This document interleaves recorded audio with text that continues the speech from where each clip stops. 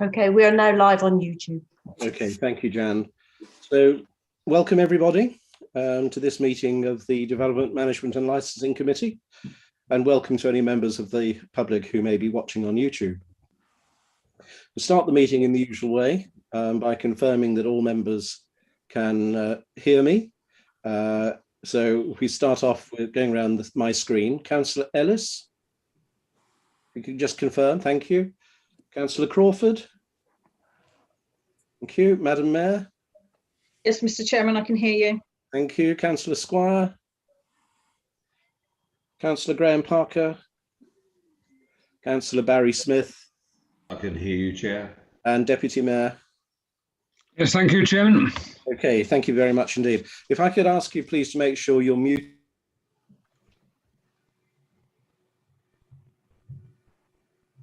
You're muted. You're muted, Chair.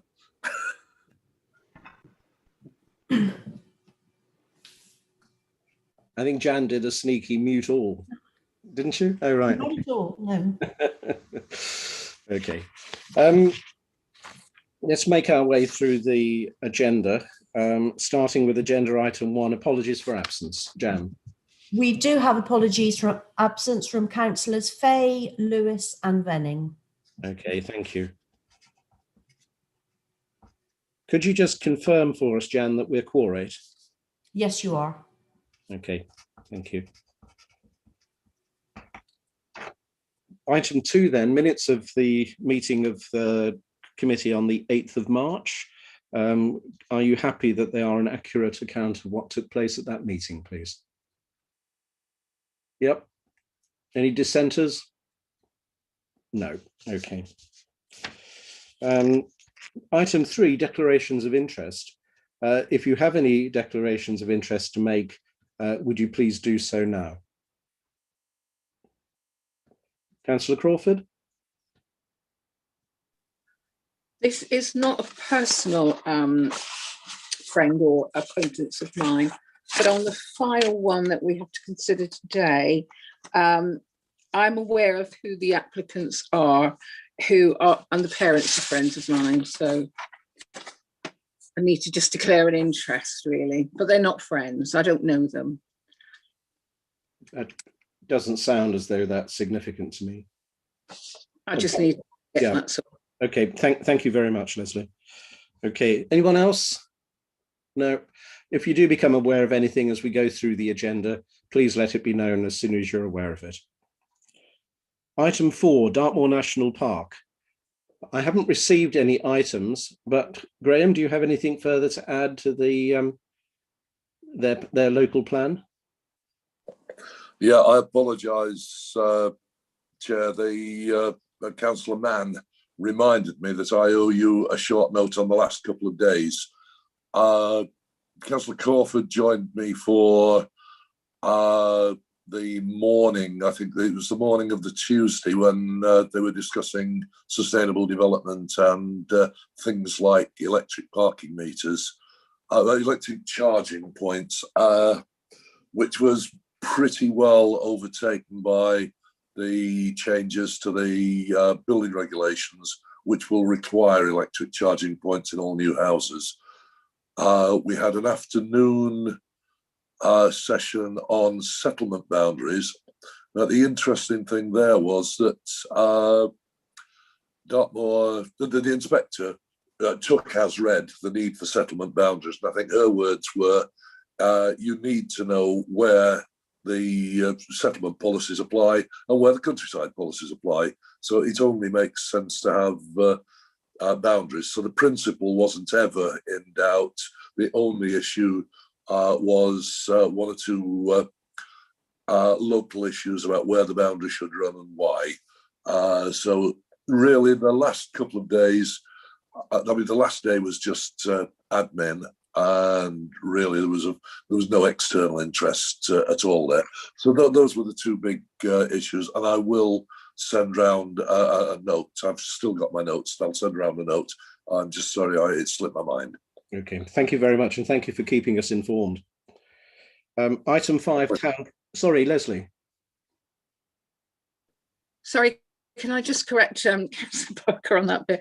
I had every intention of joining you, but I didn't have the access code, so I didn't think I was able to join in. But my memory is pretty poor, so thank you. Well, Jan sent round it was a YouTube. Jan sent round the YouTube details, and there was no code needed. Oh, you should have ring me, Leslie. I'd have helped you. Never mind. Barry? This morning's Western Morning News has got regarding Dartmoor National Park. The front page says that they are looking, or there's a view to look at all of the national parks and the areas of outstanding interest go under a new operation based in London. It's on the page, the front page. It's just I saw this when I was out shopping today and picked up the copy. I've read it through. It doesn't tell you vast amounts, but it's taking all the national parks and them into under one control. Anne? It was widely reported on Countryfile at the weekend. So if anybody wants to see the piece on there, that explains what the thought on it is. Although it's not what Julian Glover in his review of the national parks suggested. So be interesting to see how things work through. Okay, no doubt we'll be hearing more about that in due course. Okay, all right, can we move on? Yep. Item 5 then, town planning issues. A, for information only, notification received that on land adjacent to New Lanson Road, the existing temporary closure of footpath number 3, due to expire 2nd of April, has been extended to the 2nd of October, and there is a map in your bundle setting out the route of the footpath. I don't think any action is required on our part, it's just for you to be aware. Item 6 then, general correspondence. I'm not aware of receiving anything. Item 7, urgent business. I have no urgent business to bring forward. So that takes us straight into item 8, planning applications. A, decisions by West Devon Borough Council at Appendix A. Do any of you wish to make any comments, please? Graham? Chair, would this be an appropriate time to report back on the Glanville Road application that went to committee, the DM committee last week? Yes, that would be fine. You kindly represented us at that. Yeah, it was interesting to say the least. It was disappointing. The committee pretty well ignored what we had to say. But during the discussion, it was a fascinating discussion, 3 points emerged that are relevant to what we said. First, and you'll recall this as the garage next to the very first house in the World Heritage Site. The applicants had actually been asked to submit a heritage assessment, and they'd refused. Now, I mean, LePage Architects claim to be experts in planning, heritage and design. In fact, we've employed them in that capacity because of that expertise. In my view, it's dreadful commentary on them that they refuse to do something that's required by the NPPF and the local planning authority.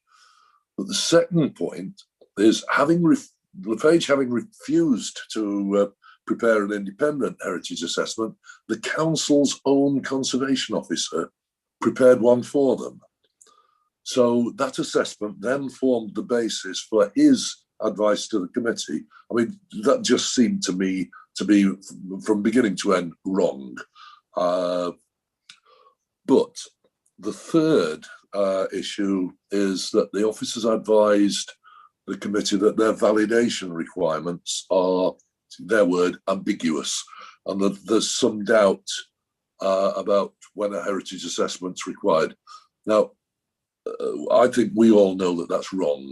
The validation requirements, their own validation requirements, say that a heritage assessment is needed, and that's their word, needed, for all applications that directly affect a heritage asset. In other words, it says what we've been saying for the past 2 years. The outcome, Chairman, was the application was approved. But much more interesting than that, Pat Weimer told us that he's now been tasked with rewriting the validation requirements to make it clear that heritage assessments will always be required for applications that affect the World Heritage Site, the conservation areas, listed buildings and their settings. And Tavistock, we were reassured that Tavistock Town Council will be consulted on that during late spring or early summer. Okay, thank you very much indeed. Pleasure. Do any members have any questions they'd like to put to Councillor Parker on that matter? Was that your hand going up, Pete? Only because I've got a separate comment to make shortly, but not about Councillor Parker's comment, sorry. Okay, thank you. Okay, in which case, Pete, let's take your comment now then. It's purely a procedural one, but 50% of the applications that we got in item 8A were not placed before the council for consideration. Is that an oversight, or is that a technical error, or are we not commenting on things we just don't see very often? It's just, I find that 50% of them not placed before us. Okay, I think they're often inconsequential issues. Graham, you can enlighten us, I'm sure. Sorry, yes, you're right, Chair, but I was going to bring up a point under that issue. It was a really good point. The very last item on that table is Whitchurch Methodist Church. Now, you'll recall that we had a long discussion about this one, and we supported the residents, amongst other things, in ensuring that there was minimal overlooking of their properties, their gardens, their bedrooms, and their living rooms. There was a condition on there about approving details of windows. Now, two of the nearest residents objected, but neither the ward members nor the town council were consulted about that. Now, it may be that it was a different case officer who hadn't appreciated the history on that site, but occasionally I think important ones slip through. It's too late to do anything about it because that's now been approved, but it's and the ward member has taken it up. Councillor Pettigrew has taken it up on the residents' behalf. But yeah, I mean, I think Pete's right that occasionally important ones do slip through, but the general thinking is that they're inconsequential and there's no need to trouble us with them. Thank you. Okay. Does that answer your question, Pete? That's sufficient for me for the time being. Thank you. Okay, James? You're still muted, James. I think that's my first one this year. It was just to point out to members with regards to the application for 48 Plymouth Road. We supported it, but we made the comment of the original doors to be reinstated and once made fire retardant.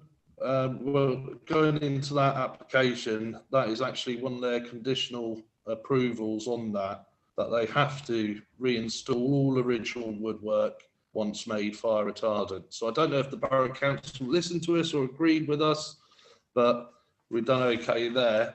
And with the application for Highfield Crease Lane, it's just one to bear in mind for members, is it was refused because the size of the application changed. So that was deemed a material change by the planning authority. So just one for us to keep an eye out when we do get applications and the size of a plan has changed, then, you know, that can be a material consideration. Okay, thank you.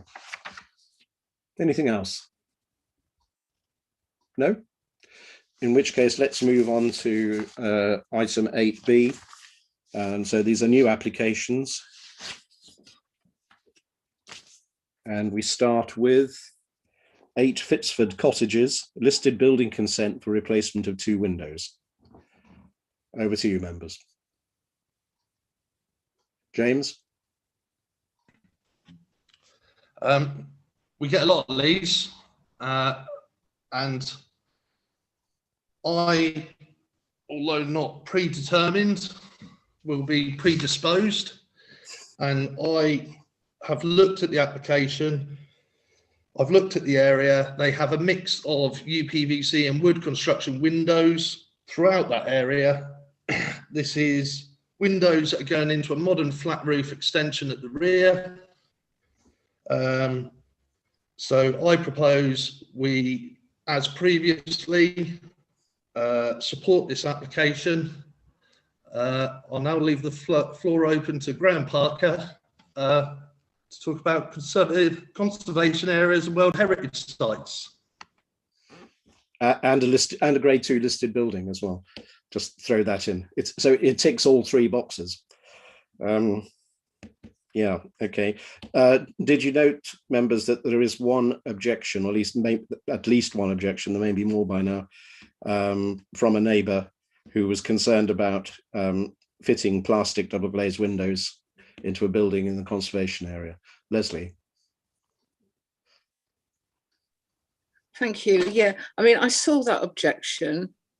I also noticed in the heritage statement, it says that this is the windows they propose are in line with the ones that West Devon approve, which I don't know quite which one it refers to, but one is wooden or wood effect. The other is not seen from the front of the building, it's on the rear of the building. I think, in fact, it's obscured by something. I can't remember exactly what, but that's how I read that. So I didn't feel there was any room for objection, really. Hear, hear. Okay. Any other views? Andy? As this keeps coming up, it really would be useful if there was some definitive decision made on whether in the World Heritage Site we should be approving plastic windows or not, because we have this all the time, don't we? And it must be a problem throughout the country. Is there any advice we could find from somewhere as to what we should be doing? Because this seems a little bit of a mismatch, really, doesn't it? In that, I mean, they're sort of saying, well, it's more expensive to do wood, so let's do wood where it's been shown, but we'll do plastic where it's not been shown. And I can see exactly what the reasoning is, but it would be nice if we could find out a definitive answer as what we should be doing. Okay. Anybody else? James? I agree completely with Councillor Hutton there. The Borough Council need to make a decision as to exactly what they want there.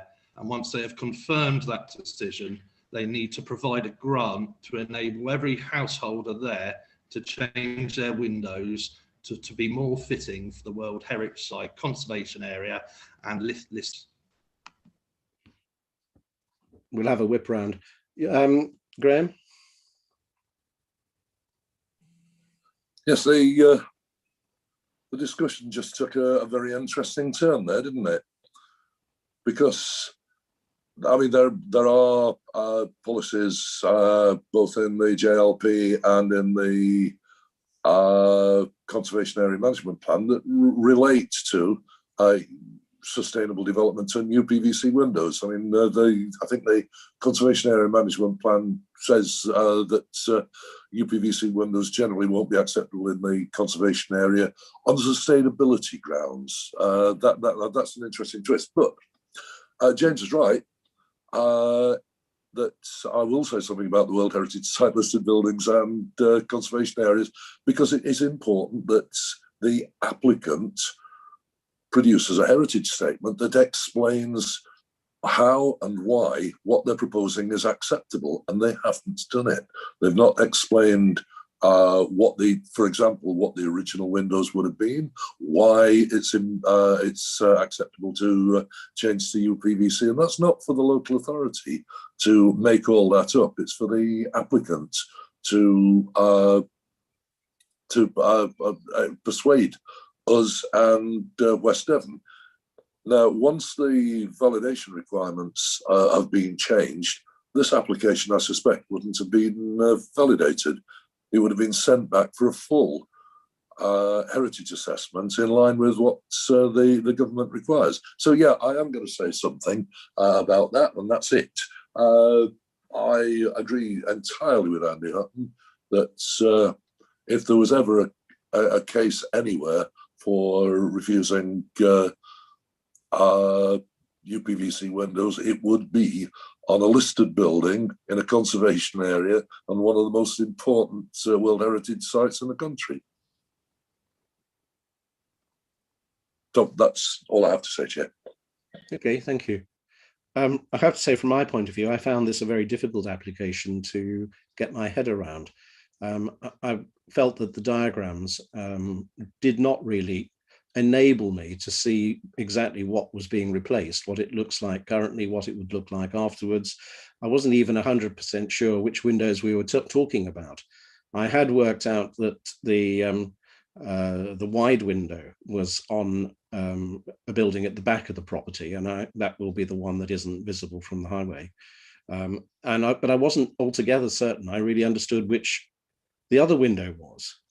And I certainly didn't really have an idea of what windows in that area should look like. So I was left feeling rather adrift. And taking the fact that it is a triple whammy, that it's a Grade 2 listed building, heritage site, conservation area, I think an application that fails to let me understand exactly what's being proposed isn't good enough. Add to that the lack of a heritage statement. I think there was one sentence which had the heading heritage statement, but it wasn't a heritage statement. So I came away feeling most uncomfortable about this application. I don't have a problem with them replacing rotten windows, but obviously that's good. It's preserving the building, and that's important. Once a heritage asset is gone, it's gone. It's irreplaceable. But I do think that the way this particular application has been put together is unsatisfactory, and I'm afraid I can't support it. Graham? Thank you, Chair. I'm glad you said that. There is an adage in planning: if you can't understand the application, how can you approve it? And I've rarely seen drawings worse than this. It is very, very difficult to. Well, I couldn't put my hand on my heart and say I know what they're proposing for which windows. So I will second that. If you've just made a proposal to object, Chair, I would second that.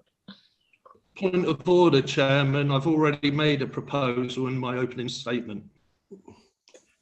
Was it seconded, Chair? Not yet, but we can agree. I accept that James did make a proposal that we should support this application. Is there a seconder for that, please? Okay, Pete and Leslie. So Pete's hand was up first. So do you wish to debate that? Not really. No, sorry. Nobody? In which case, yes, Leslie. I was just going to say, I mean, I appreciate what you said about the drawings, but the statement does say that the window would be a wooden multi-pane window that is in the heritage style, similar to that of the original windows in the Duke of Bedford cottages for a visible window, and UPVC window in the style approved by West Devon Borough Council for a window not visible from a public viewpoint. And I think the other bit around sustainability is, if this has been approved by West Devon, what has been agreed between West Devon and the Tamer Energy Group, who've been doing lots of retrofit thing, or trying to do retrofit on the Bedford cottages. So I'd like to know what that is. And as well, everywhere in the heritage, in the conservation area, in the World Heritage Centre, there is a mismatch completely of windows and things. So it seems unfair to penalise some people and force up their energy bills, whereas other people aren't. So that's why I think we shouldn't penalise people. Yeah, I agree with that. Graham?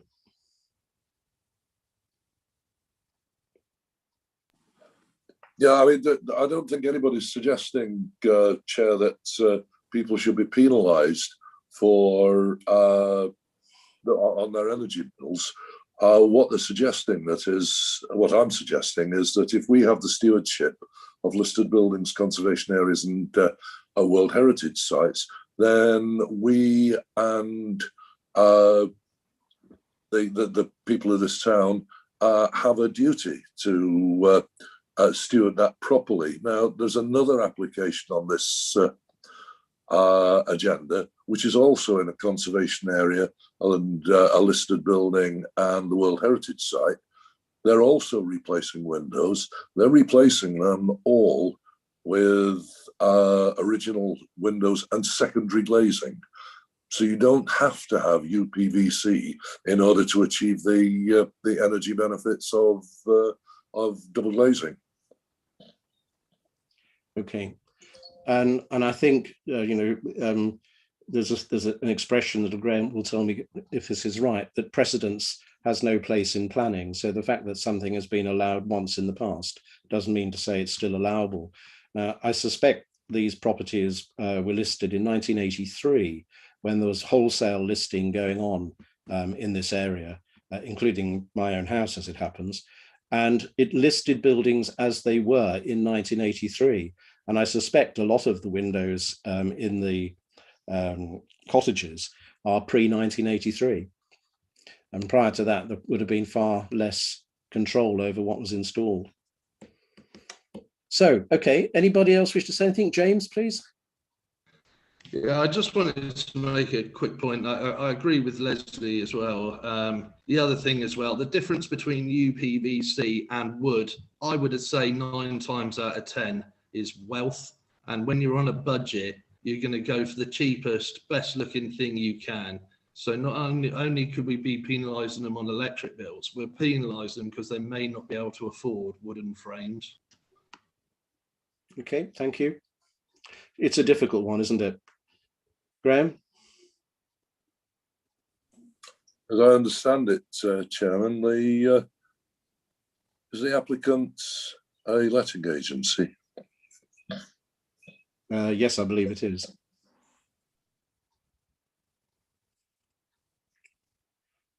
Okay, anybody else wish to say anything, or shall we go to a vote? So the proposal is that we support this application. The proposal has been seconded. All those in favour, please show. So that's 1, 2, 3 in favour. All those opposed, please show. 1, 2, 3, 4, 5. So that motion is defeated. Do we need to get separately propose a motion that we object, or is that implicit on refusing to support? I think there was a proposal to object, wasn't there? But I'm not sure it was seconded. I did actually, and it was. So yes, because I made the proposal and it was seconded by Councillor Parker. So we have the second motion then is that we object to this proposal, because obviously there is a third choice. So that we object to this proposal. It's been seconded. Does anybody wish to debate it further, or has everything been said? Graham? May I just suggest, Chair, that the objection should be given for 2 reasons. One, the absence of an adequate heritage assessment, and 2, the use of inappropriate UPVC windows in a listed building, in a conservation area, in a World Heritage site. Okay, thank you. Any further debate? In which case, let's go to a vote. Those in favour of the motion that this application be opposed. Oops, there we go. 1, 2, 3, 4, 5. So that is carried. Those who are opposed to this motion, please show. 2, 3. Okay, so no abstentions. Okay, thank you very much. So the next one then is Tavyside Health Centre, and we've got 2 applications. One is for the installation of a 24-hour prescription dispenser, and the other is advertisement consent to go along with that. And from what I could work out, this is on the Abbey Rise elevation of the building. Over to you, members. Any comments? Andy? Yes, the thing I would like to know is there going to be a very big light there, really? Because I don't object to a dispenser, though you do wonder why it's actually needed for 24 hours, because there's a chemist there. And not many people have prescriptions unexpectedly at 3 in the morning. If they did have an emergency drugs from Devon doctors, they'd be given it from the back of the ambulance, because I've done the work. But certainly I wouldn't want a large light there just for no particular reason all night, and it's not really mentioned. The application does state that there will be internal illumination, and it gives a figure for the intensity of the light, but that particular figure doesn't mean anything to me personally, I'm afraid. I don't know whether it does to anybody else here. Leslie, you look as though you're trying to say something. You're muted. I am, but I didn't know if people put their hands up first. I don't quite understand how, so perhaps the medics among you can explain to me how you can have a 24-hour dispenser of medication, which would presumably mean there is no pharmacist on site, when I've been told by my pharmacy, which is at the Abbey Surgery, not to try and collect any medicine between 1 and 2, not because they're closed, but because there's no pharmacist there to sign it off. So I just really don't understand that at all. No, nor do I, but I don't think it's a material planning consideration. So I don't think it comes into the determination of this application. I can't object, Mr. Chairman, I don't think, to this. I can't see what the use of it is, but I don't think there's anything particular there. It's not a residential area. We don't assume there's a huge light. It's not a huge difference to the side of the building, so I don't think we can particularly object. Okay. Any alternative views, Graham? Yeah, I had my hand up earlier to move that we support. Okay, fine. Seconder, please. Anne, all in favour, please show. Okay, that's supported. And that applies to both parts of the application.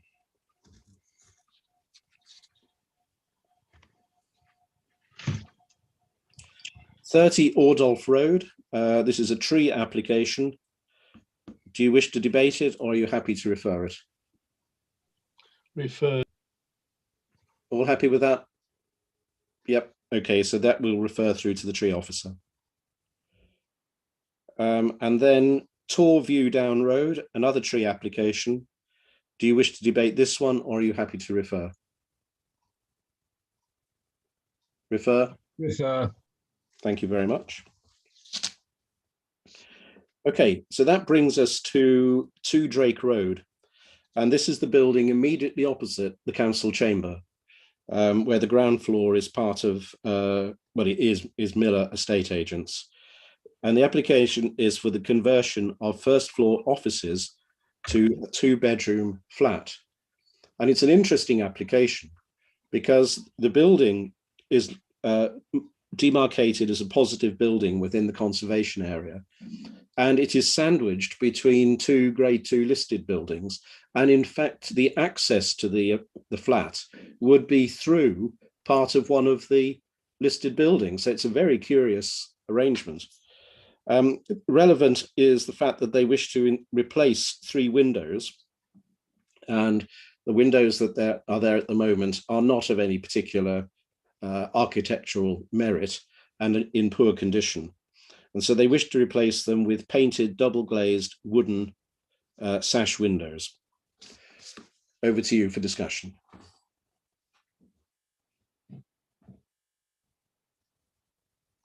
James? Thank you, Chairman. Looked at the application, didn't see any issues with it whatsoever. Apparently unused offices getting converted into accommodation, which I think can only be a good thing. So I propose we support it. Thank you very much. Is that a formal proposal, James? Yes, okay. So James has proposed that we support the application.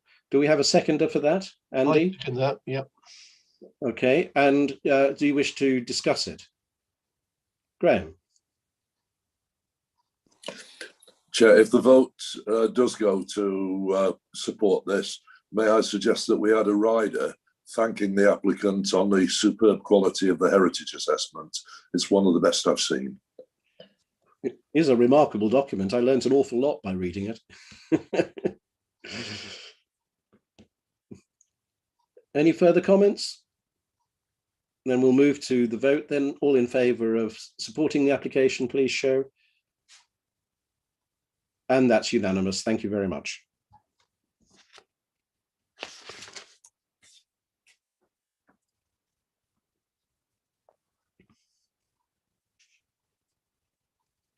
Okay, so the next one, the next two applications relate to land adjacent to 24 Glanville Road. The first part is a tree application. They wish to fell an ash tree due to its proximity to historic retaining wall and low amenity value. Do you wish to debate this, or are you happy to refer it? Okay, so we refer that part of the application. And then that takes us to application for variation of condition 2, brackets, drawings, close brackets, of planning consent 4426/17/4. Open for discussion. James. Thank you, Chairman. Looking at this, way back in 2018, which seems a lifetime ago, before I was a councillor, the council supported this application with concerns about drainage. It was given approval, conditional approval. They're now asking to change that with regards to their drawings. Therefore, I propose that as a committee, we have a neutral view, as the conditions were set by the planning authority, and I think they should be the ones to decide if they want their conditions. Thank you. Okay, thank you. There is an aspect to this application which doesn't come out in the title, and that relates to the installation of air heat pumps. And the drawings, amongst other things, show the location of those air heat pumps. And the applicant, I understand, and I'd need to reread it if I'm honest, is under the impression that they have planning permission to install air heat pumps. And what is required here is simply to identify the location. I have reason to believe that may not be exactly the case. Graham, can you elucidate? Yeah, this is, Chair, this is something that has come out, first of all, in conversation with one of the ward councillors. Actually, it would be no surprise to hear that it's Councillor Moody. Councillor Moody lives virtually below the wall, the retaining wall, lives below the retaining wall that holds this site up. And it's been a troublesome site from the local residents' point of view now for 2 or 3 years. So Councillor Moody has kept very closely in touch with all of these neighbours and the residents on Glanville Road. It's in conversation with one of the neighbours, it came up that the air source heat pumps are very, very close to the neighbour's window. Councillor Moody had a word with me. I looked at the application form, and yeah, it was before we were a council, but I was on the West Devon Borough Council at the time, and I remember this application. I just looked it up, and there's no mention of air source heat pumps in the original application. Air source heat pumps on a building, well, on a new building, will require planning permission. There's no doubt about it. Planning permission hasn't been granted. So I've got no problem with, and no issue with Councillor Ellis's proposal that we take a neutral view. I think that's probably right, because comparing the drawings, frankly, I don't know whether I got lost before I got bored, but I couldn't see what the issue was. But and so I'm happy to second Councillor Ellis's proposal. But can we just identify the issue that the air source heat pumps that are referred to in the application form don't have planning permission and will require separate planning permission? Would it also be appropriate to say that we'd be interested on being consulted on any subsequent application for the air source heat pumps? What do you think, members? That's okay, Barry? from my viewpoint, that's fine. Barry? As I spent my life in refrigeration and air conditioning, these normally, when you put something like this to a retail or sorry, domestic area or retail area, you carry out a survey on the background noises that exist within the area. In all honesty, I think they should provide something which gives you a background noise area, which would include things like sheep in the field next door coughing. I personally think if these things kick in at night time with the noise levels, the background noise levels within Tavistock, people will hear these. It will travel, certainly as it's on a hillside. I personally would need some form of sound attenuation on this product. They are going to make a noise. They shift air. If the people have the heating on, under low conditions, anything below about 10 degrees centigrade, you will find that these things will run, although they have a very low noise background on it. They are going to be picked up by people, whether they've got a new battery in their DEF aid or not. It's one of the things you should mention. That's Okay. all. Thank you, Barry. Graham? Yes, Chair, and that is one of the reasons, one of the very good reasons why they need separate planning permission. Okay, right. On the basis of all of that, I propose that we adopt a neutral position, but we make comments to the effect that as far as we can establish, the air source heat pumps do not have planning permission, and we believe that they should be the subject of a separate application on the grounds that the noise created may be a nuisance to the, may impair the amenity of neighbours. Words to that effect. Yep. Yep.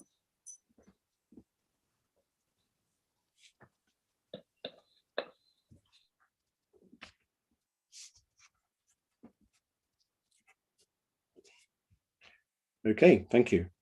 The last one for this evening, 112 Whitchurch Road, householder application for extension to provide utility room and enlarged kitchen. Over to you.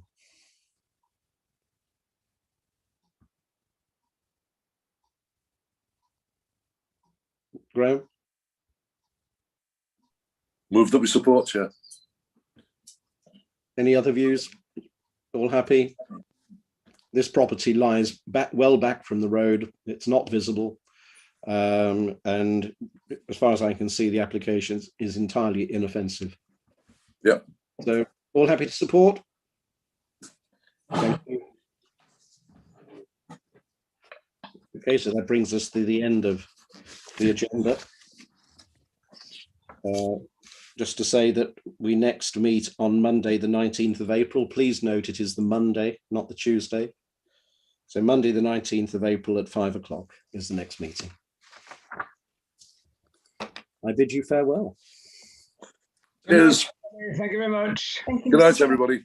Good Bye. Easter. Bye. Have a good Yes, Easter. happy Easter. Yes, yes. Gosh. Yeah.